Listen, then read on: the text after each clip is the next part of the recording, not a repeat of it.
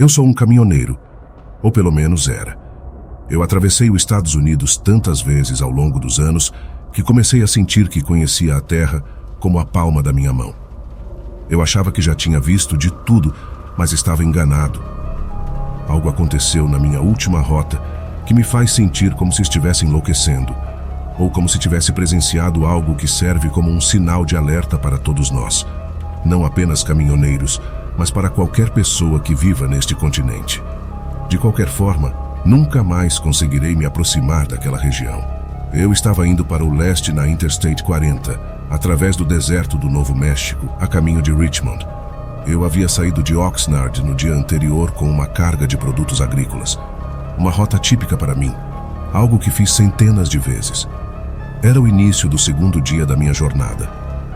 Deixei o posto de caminhões por volta das 4:30 da manhã e já estava dirigindo por cerca de 1 hora. Ainda estava escuro e quase não havia ninguém na estrada. Me encontrei em um trecho longo, plano e vazio, no meio do nada, quando de repente tive um pneu estourado. Não era a primeira vez. Então eu sabia o que fazer e levei o caminhão para fora da estrada, parando facilmente. Eu estava irritado, pois sempre me certificava de que meus pneus estavam em boas condições. Mas infelizmente, às vezes as coisas simplesmente acontecem.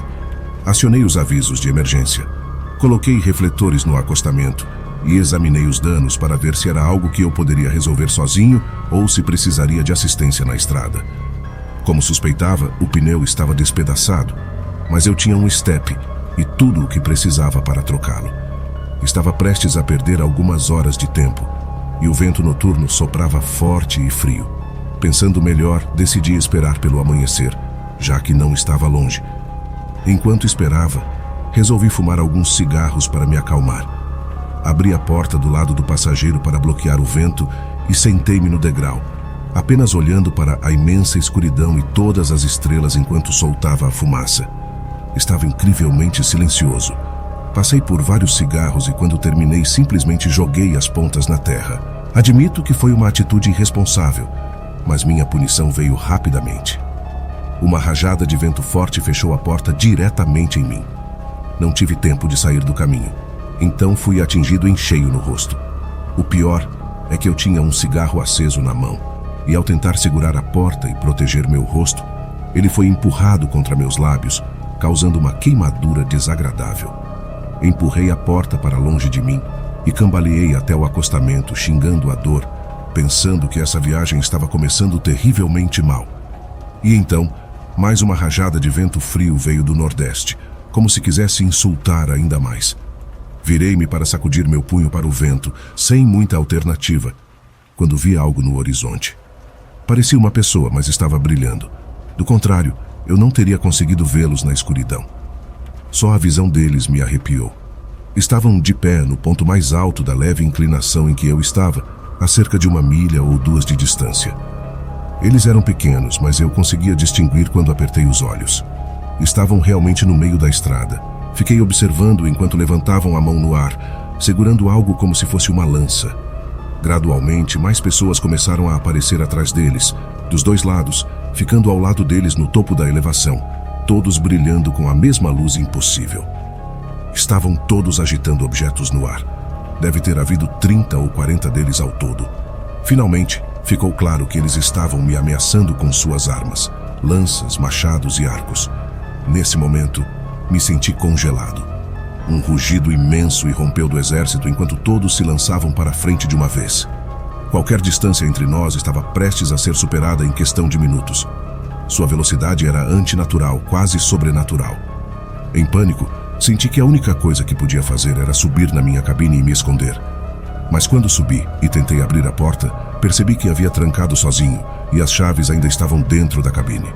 Me xinguei por ser tão burro, mas nada impedia esse exército de fantasmas de correr em minha direção. Voltei-me para enfrentá-los, pensando que se eu morresse, não morreria correndo ou me escondendo, apenas enfrentaria meu fim de frente. Em questão de momentos, eles estavam a apenas segundos de distância. Eles se moviam pela terra como o próprio vento, gritando gritos de batalha e prontos para me despedaçar com suas armas primitivas. Minha epifania veio nos últimos momentos. Eram almas perdidas dos nativos americanos que morreram defendendo esta terra, que significava tudo para eles, mas nada para mim. Apenas uma extensão interminável de poeira e arbustos para pavimentar uma estrada e dirigir através dela, sem sequer parar para apreciá-la. Quase pensei que merecia isso. Mesmo que eu não tenha feito o assassinato ou a pavimentação, eu fiz a condução sobre suas sepulturas repetidas vezes. Perguntei a mim mesmo por que eles estouraram meu pneu, pensei. Mas então Deus chegou com o nascer do sol, e à medida que a primeira luz do dia tocava o brilho oco deles, todos evaporaram em uma fina névoa desértica. A mais leve manhã de orvalho existente. Uma rajada de vento atravessou-me, e eu quase fui varrido dos pés. Fiquei ali, olhando o nascer do sol no deserto, até que um caminhão passou apressado e me tirou do transe. Pela primeira vez naquele momento, pensei comigo mesmo, que barulho terrível isso é.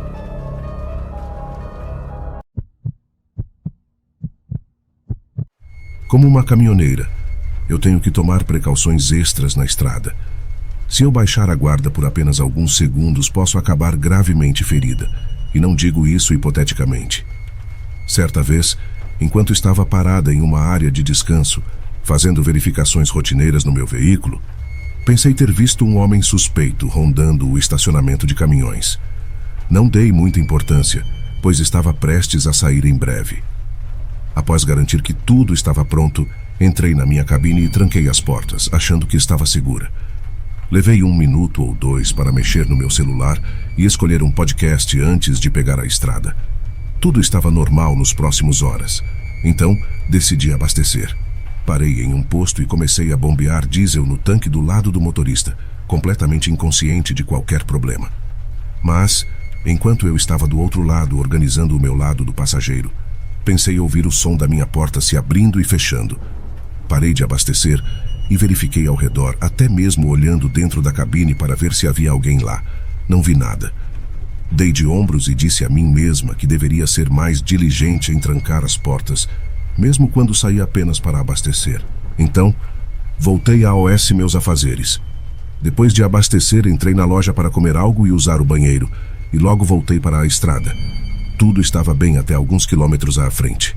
Senti uma lâmina fria e afiada pressionar contra minha garganta, e uma mão suja apertou meu pescoço como um torno.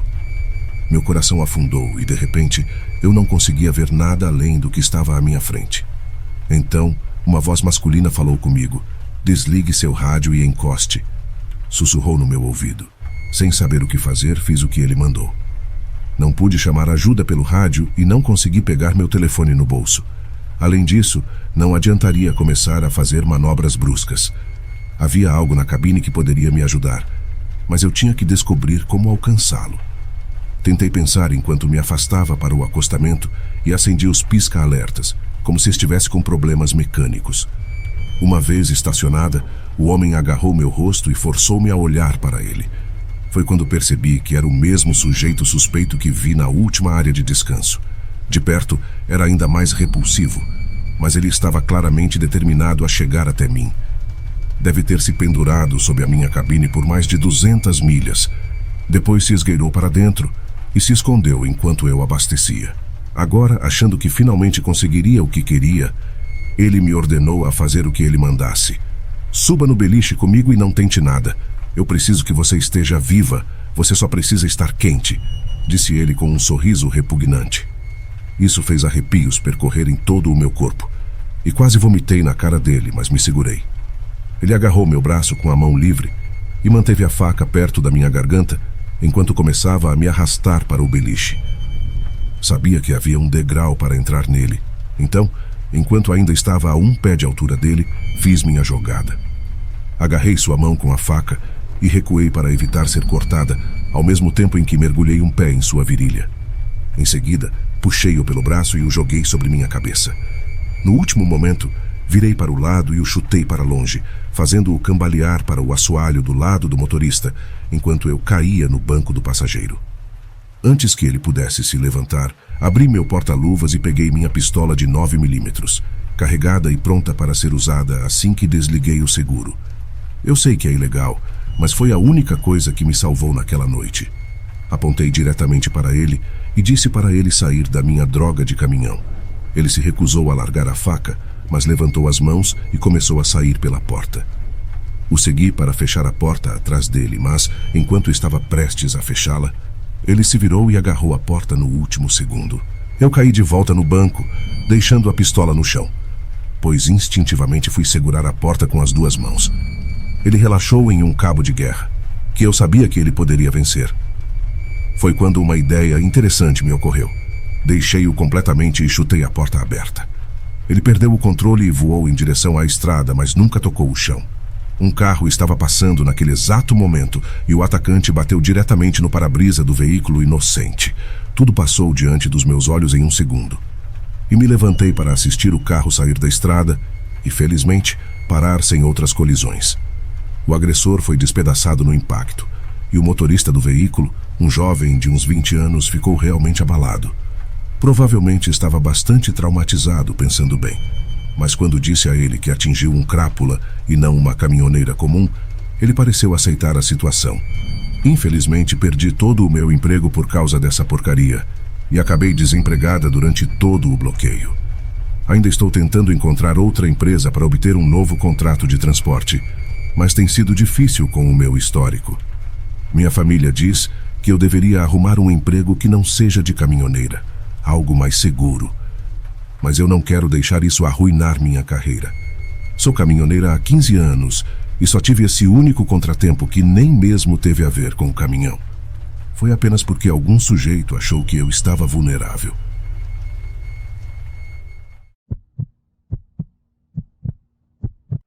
Quando comecei na vida de caminhoneira, um veterano que conheci em Loves uma vez me disse para nunca contar a ninguém o que eu estava transportando. Não importava o quão valioso eu achasse que fosse ou não.